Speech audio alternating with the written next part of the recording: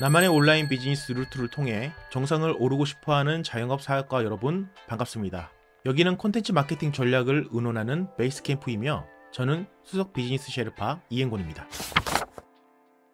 저는 꽤 빠른 시기에 콘텐츠를 이용해서 마케팅 활동을 했었습니다. 그 당시에는 지금과 비교해서 콘텐츠 양이 절대적으로 적은 시기였기 때문에 조금만 신경 써서 좋은 정보를 잘 담아서 콘텐츠를 발행하면 꽤 좋은 성과를 얻을 수 있었습니다. 그 콘텐츠로 인해서 상당히 많은 문의가 왔었기 때문인데요. 그때부터 지금까지 꾸준하게 일관된 형태로 콘텐츠 발행을 계속 해왔다면 정말 좋았을 텐데, 그 당시에는 문의가 많이 들어오니까 그것에 대한 응대라든지 또는 주문을 받았을 때 그것을 처리해야 하는 일들이 점점 바빠지면서 컨텐츠를 만드는 게 계속 뒤로 밀려가게 되었습니다. 그렇게 점점 컨텐츠를 만드는 주기는 길어지고 의지는 낮아지다 보니 결국에는 컨텐츠를 만드는 일을 중단하는 상황까지 다다르게 되었습니다. 그 이후에는 페이스북, 인스타그램 광고를 주로 사용했었는데요. 2019년이 오기 전까지는 정말 꽤 괜찮은 성과를 봤던 걸로 기억합니다. 하지만 코로나 팬데믹 이후에 정말 많은 업체들이 오프라인에서 온라인으로 정말 많이 넘어왔고요. 그 과정에서 광고비의 단가도 상승되는 그런 일들이 생겼습니다. 광고비가 상승했기 때문에 당연히 효율은 박살날 수밖에 없는 상황이었죠. 그렇게 유료 광고 마케팅에 회의감을 느꼈을 때쯤 2016년경에 만들어 놓았던 컨텐츠를 통해서 계속 문의가 들어오는 것을 깨닫게 되었습니다. 그러면서 상당히 많은 후회를 했죠. 그때 콘텐츠 제작을 놓지 말고 계속 했었어야 되는데 라고 말이죠. 그럼 그때 왜 내가 콘텐츠를 만드는 것을 그렇게 중요하게 생각하지 않았을까 라고 지금 되짚어 보니, 결국에는 그때 당시에는 제가 콘텐츠란 무엇인가에 대한 그런 확고한 기준이 없었기 때문에 흔들려서 결국에는 뒤로 밀리게 되었던 것으로 생각을 하게 되었습니다. 그래서 오늘은 저의 과거의 경험을 여러분들은 밟지 않았으면 좋겠다라는 그런 마음으로 콘텐츠란 무엇인가 라는 것에 대해서 저의 생각을 한번 나눠보도록 하겠습니다. 자, 그럼 오늘도 마인드맵을 보면서 이야기를 풀어나가 보시죠. 오늘의 주제는 말씀드린 대로 콘텐츠란 무엇인가 입니다.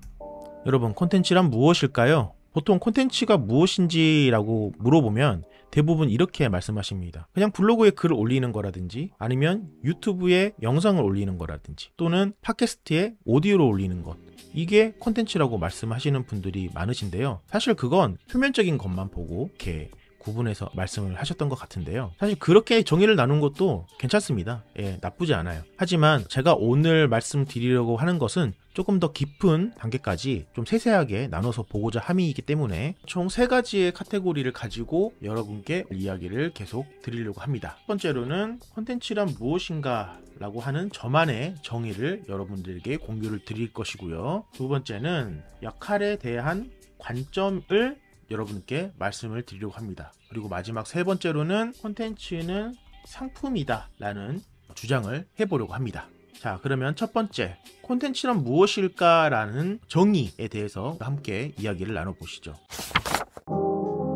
이 콘텐츠에 대한 정의는 당연히 많은 전문가라든지 또는 자신의 사업에 직접 적용해본 사업가들마다 각기 다를 거라고 생각합니다. 본인이 어떤 관점의 가치를 더 중요하게 여기느냐에 따라서, 그리고 어떤 형태의 비즈니스를 하느냐에 따라서 그 정의가 정말 달라질 것이라고 생각하는데요. 저는 계속 비즈니스 셰르파에서도 말씀드렸다시피 자신의 가치를 전달하기 위해 만들어낸 결과물이 콘텐츠라고 생각합니다. 여기서 자신의 가치라 함은 당연히 자기를 드러내는 것이 될 수도 있고요. 또는 브랜드를 드러내는 것이라고 할 수도 있겠죠. 물론 저희 비즈니스 셰르파는 Be Myself라는 가치관을 가지고 있습니다. 이게 한마디로 브랜드 가치관인데요. 창업자, 즉 사업가의 사업자가 곧 브랜드가 되어야 오랫동안 브랜드를 영위할 수 있다 라는 관점에서 이렇게 보고 있습니다. 어찌되었든 저는 컨텐츠란 무엇인가에 대한 정의를 자신이 고객에게 전달하고 싶어하는 가치를 잘 포장해서 만들어낸 결과물이라고 말씀드리고 싶은 것입니다. 자, 그리고 한 가지 더,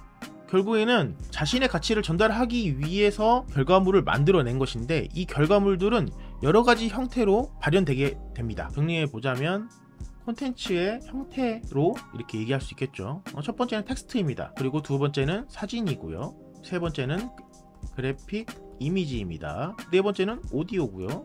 마지막으로 여러분이 지금 보고 계시는 영상이 있겠죠. 이 각각의 요소들은 단독으로 쓰일 수도 있겠지만 최소 2가지에서 3가지의 조합 정도로 요즘에는 많이 쓰이는 것 같습니다. 하지만 정말 이런 것들이 감각들을 건드리는 그런 요소들이기 때문에 최대한 많이 믹스해서 고객들에게 보여주면 보여줄수록 고객들은 오감을 최대한 활용하면서 이 콘텐츠에 가진 가치를 다각도로 더 만끽할 수 있게 된다고 저는 생각하고 있습니다.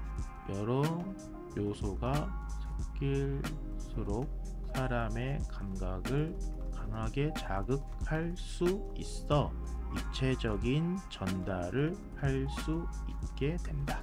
이렇게요. 두 번째는 역할에 대한 관점을 함께 생각해 보도록 하겠습니다. 이 역할에 대한 관점도 콘텐츠를 어떤 역할로 사용하느냐에 따라서 각 사업가가 느끼는 게 다를 거라고 생각합니다. 저는 총 3가지 역할을 가지고 있다는 관점에서 말씀을 드리려고 하는데요. 첫 번째는 콘텐츠는 온라인상에서 돈과 같은 재화의 역할을 한다고 생각합니다. 그리고 두 번째는 영업사원으로서의 역할을 한다라고 말씀드리고 싶고요.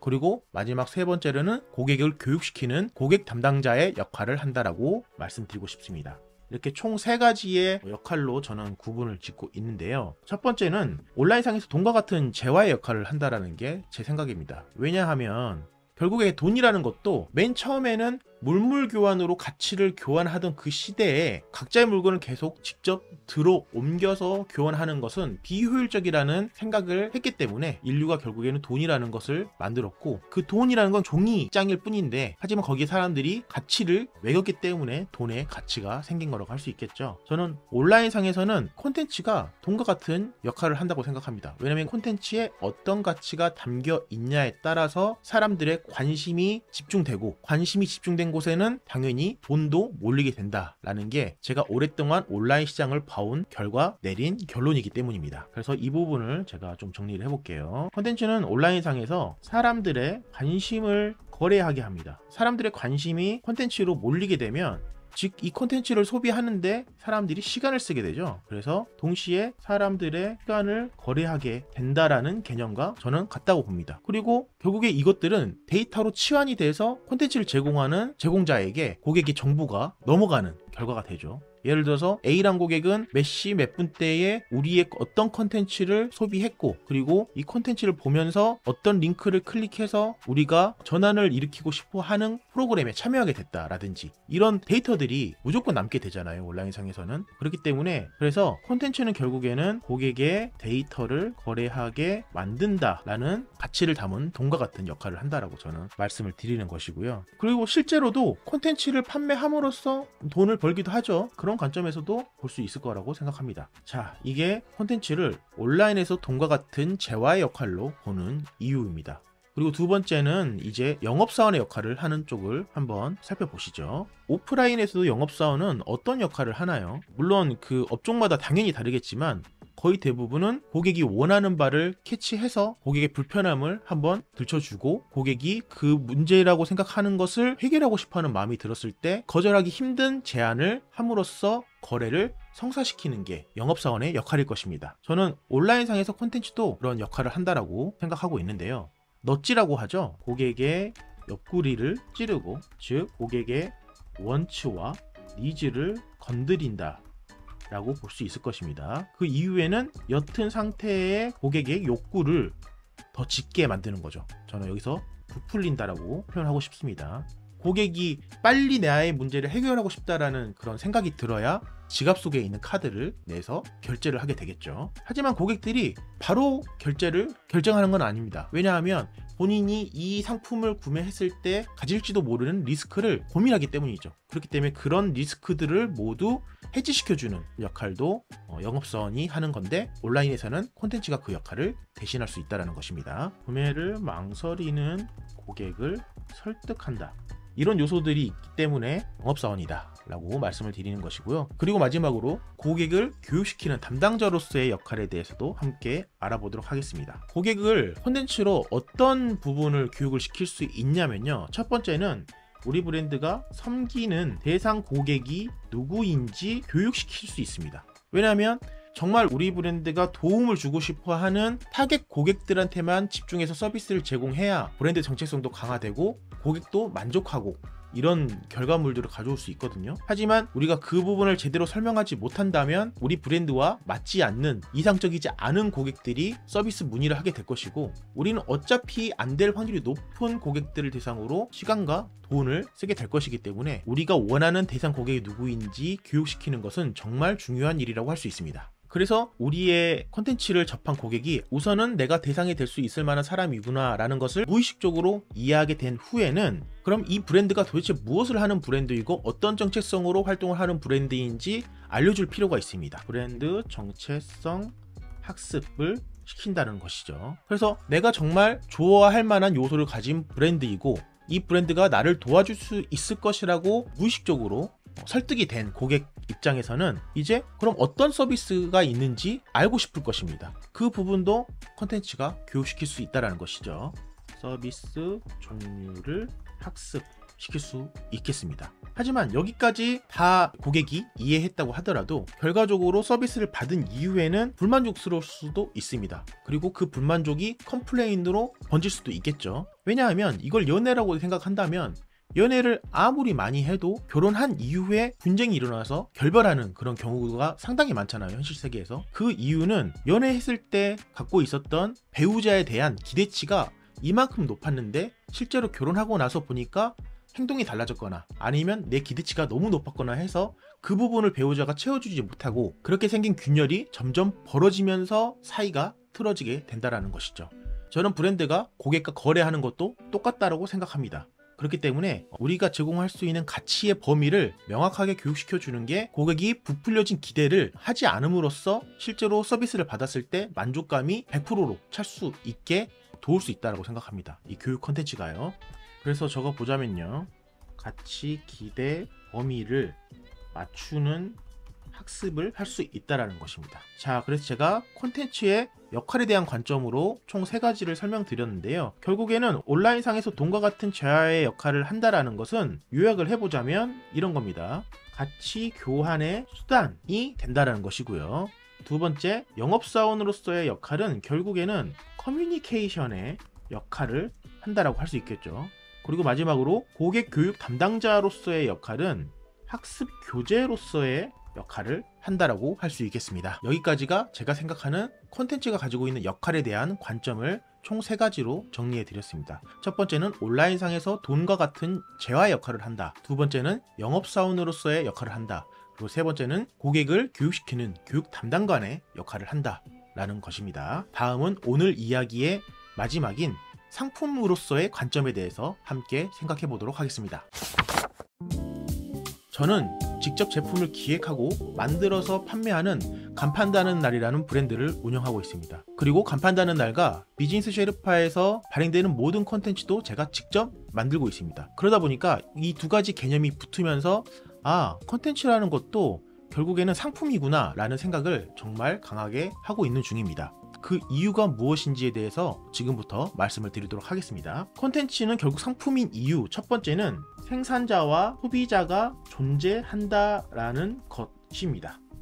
물건을 판매하는 사람은 생산자이고 물건을 사는 사람은 소비자죠. 그런 것처럼 콘텐츠도 누군가가 만들어낸 콘텐츠를 누군가는 소비합니다. 물론 온라인이란 특성이 있기 때문에 상당히 많은 콘텐츠가 무료로 배포되고 있지만 그 무료라는 것도 결국에는 아까 말씀드린 것처럼 소비자의 관심과 시간을 획득하는 결과물을 가져오기 때문에 콘텐츠를 소비하는 사람의 입장에서는 결국 자기가 가지고 있는 무언가를 지불하고 이 콘텐츠를 소비하게 되는 것이죠.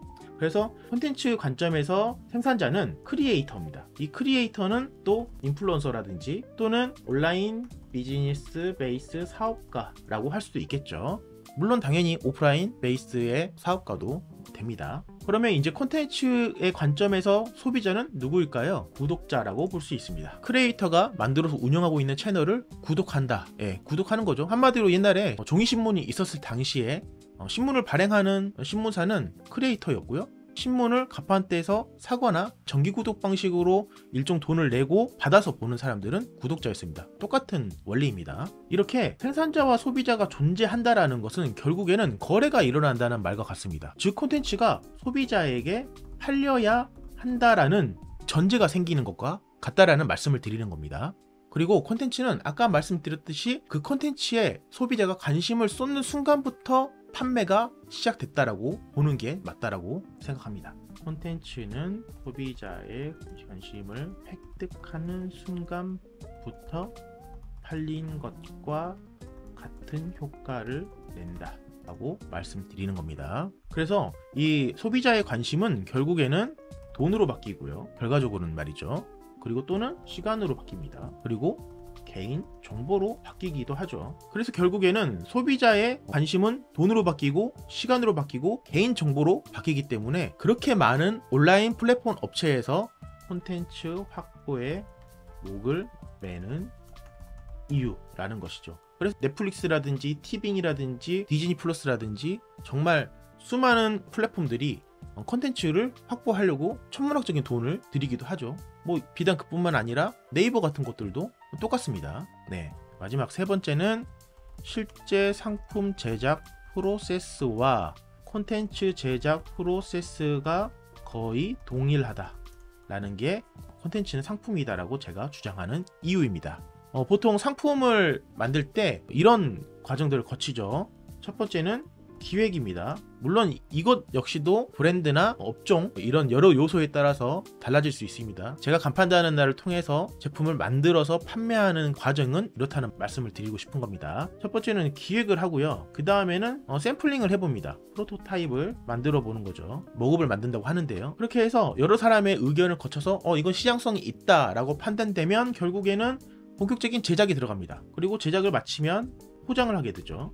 그리고 포장이 끝나면 어떻게 되죠? 마케팅을 열심히 해서 그 상품이 시장에서 돌아다니면서 판매가 될 수 있도록 유통을 합니다. 그리고 물건을 팔아먹고 모른 체 하면 안 되겠죠? 당연히 고객이 컴플레인이 들어왔거나 아니면 제품에 하자가 발견된 경우에는 그것을 유지하고 보수하거나 개선하는 작업들이 필요합니다. 대부분 이 프로세스를 거치게 되는데요. 콘텐츠를 만드는 게 뭐 물리적이나 시간적인 것들은 덜 든다고 하더라도 이 과정만큼은 거의 비슷하게 소요가 됩니다. 그래서 콘텐츠를 기반으로 이 부분을 더 디테일하게 생각해 보자면 기획은 아마 이런 것들을 하게 될 거예요. 우리 콘텐츠를 소비하는 고객이 누구인지 정의를 내리는 시간을 갖게 되겠죠. 콘텐츠 소비 예상 고객 설정이겠죠. 그래서 뭐 좀 전문적인 용어로는 타겟 오디언스를 세팅한다 라고 하는데요. 타겟 오디언스를 생각해 보는 것이고요. 그러면 우리의 콘텐츠를 소비할 만한 고객에게 그들이 가지고 있는 문제점을 해결하게 돕거나 흥미를 끌 만한 주제를 선정해야겠죠. 그래서 주제를 선정합니다. 주제 선정. 그리고 주제를 선정하면 이 주제를 예를 들어서 당신은 지금 A라는 문제점을 겪고 있네요 라고 말하고 끝낼 수가 없잖아요.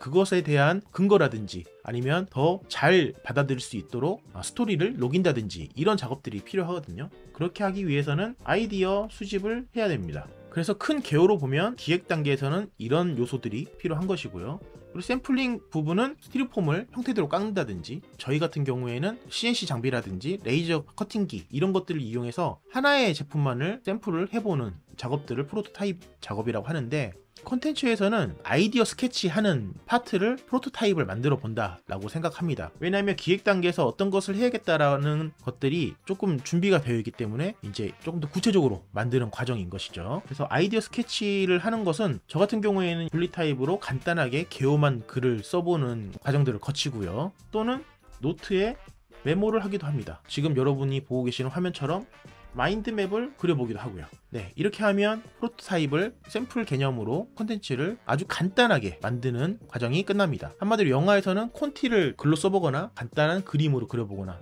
그 과정이 이제 이 과정이라고 할 수 있겠어요. 그리고 이제 어느 정도 구체화가 됐기 때문에 본격적으로 제작에 들어가 봐야겠죠. 저는 콘텐츠에서 제작은 글쓰기라고 생각합니다. 물론 본격적인 글쓰기가 될 수도 있겠지만 글쓰기 중에서도 초안 글쓰기가 제작 단계에 들어간다라고 생각합니다. 그러니까 블리치라든지 노트에 간단하게 메모를 했다든지 마인드맵에 그려놓은 것들을 본격적인 글타래를 이렇게 쭉 풀어보는 거죠. 예를 들어서 이 아이디어 스케치라는 게 어떻게 보면 뼈대의 역할을 한다라고 하면 이제 글쓰기 초안이라는 건 거기에 살을 붙여 나가 보는 거죠. 그리고 써 나가면서 내가 잘못 생각하고 있는 건 없었나, 아니면 이 부분은 조금 어려웠나, 이런 것들을 한 번씩 체크해 보는 겁니다. 그리고 저는 이 포장 부분이 컨텐츠를 만들 때 많이 간과하기 쉬운 개념이라고 생각하는데요. 사실 많은 분들이 글쓰기가 곧 콘텐츠다 라고 말씀하시는 경우가 많습니다. 하지만 현재에는 거의 대부분의 콘텐츠는 한 가지 이상의 요소로 만들어지는 경우가 거의 99% 이상이라고 생각합니다. 그 여러 가지 요소라는 것은 아까 저희가 함께 살펴봤었죠. 이 콘텐츠의 형태 중에서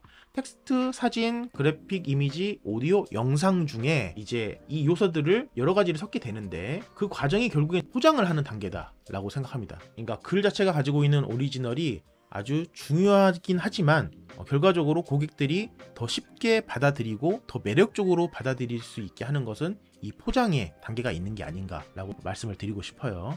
그래서 이 포장 단계는 총 3가지 정도로 생각하는데요. 첫 번째는 초안이었던 글을 탈고함으로써 완성시키는 것입니다.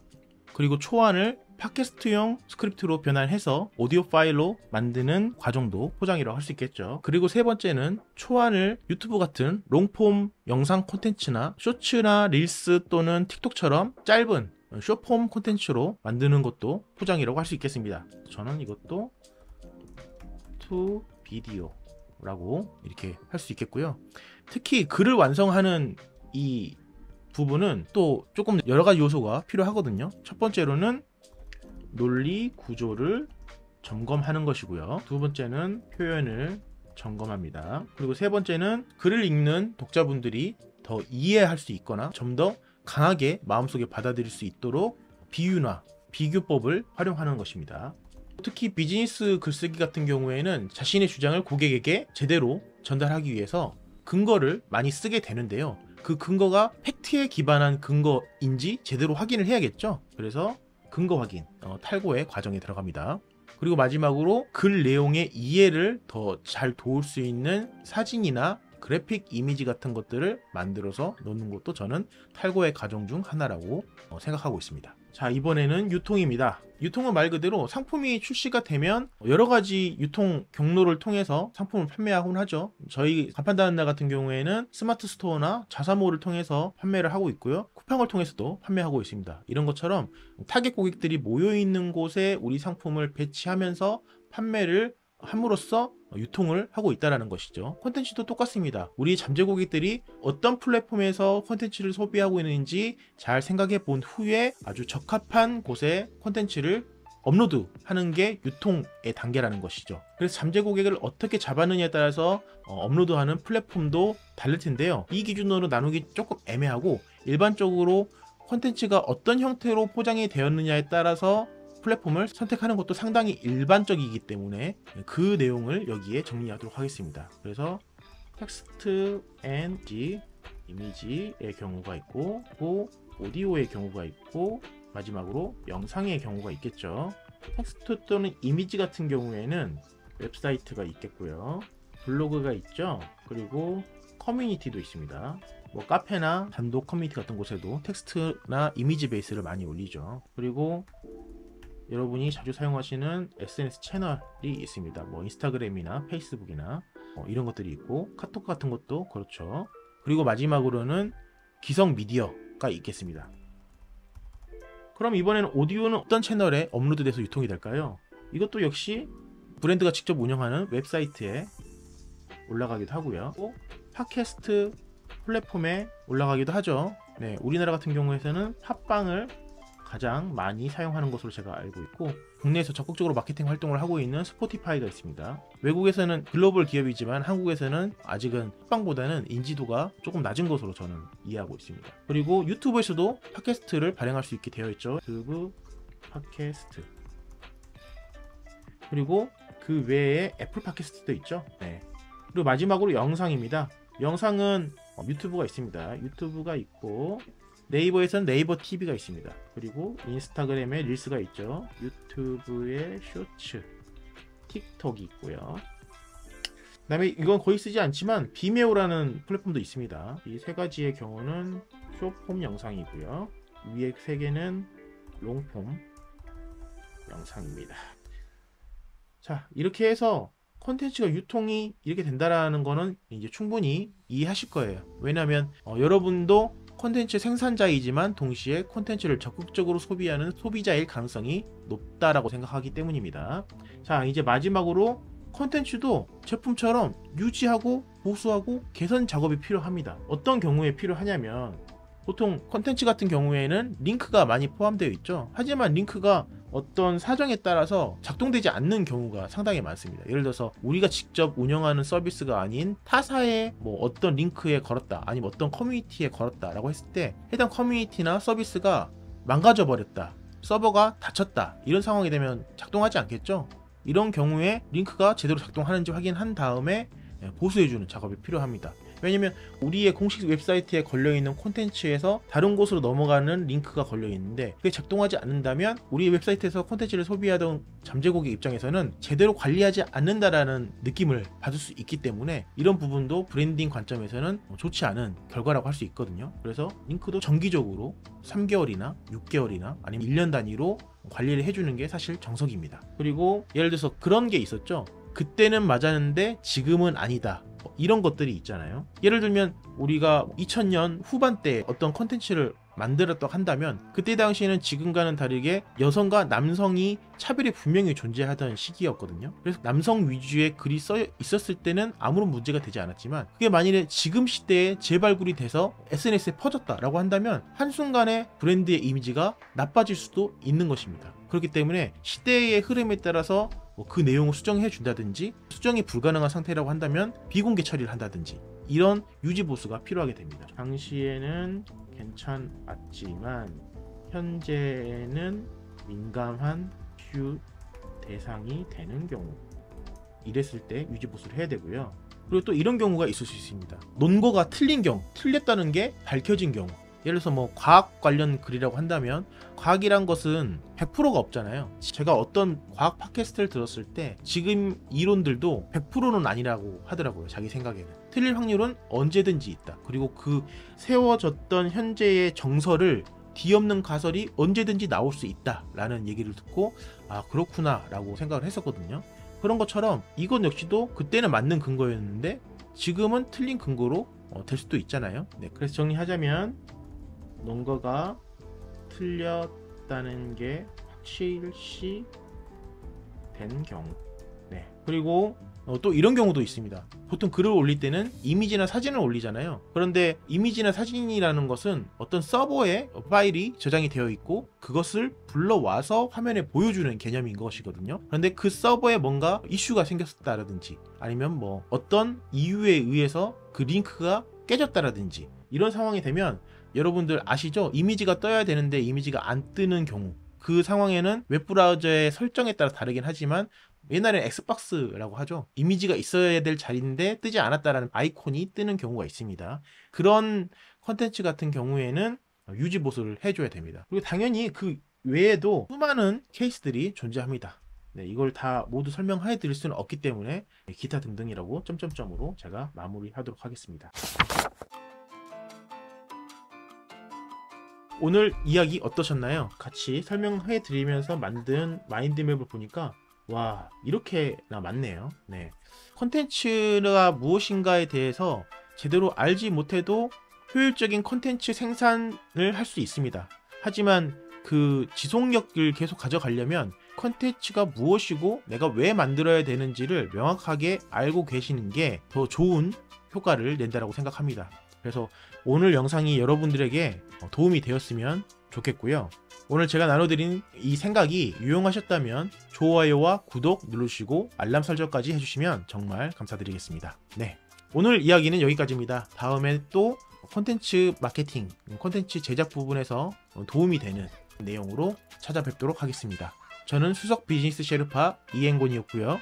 콘텐츠로 자신의 전문성 그리고 서비스의 가치를 세상에 알려야 하는 사업가들을 위한 콘텐츠 꿀팁을 계속 전해드리도록 하겠습니다. 고맙습니다. 안녕.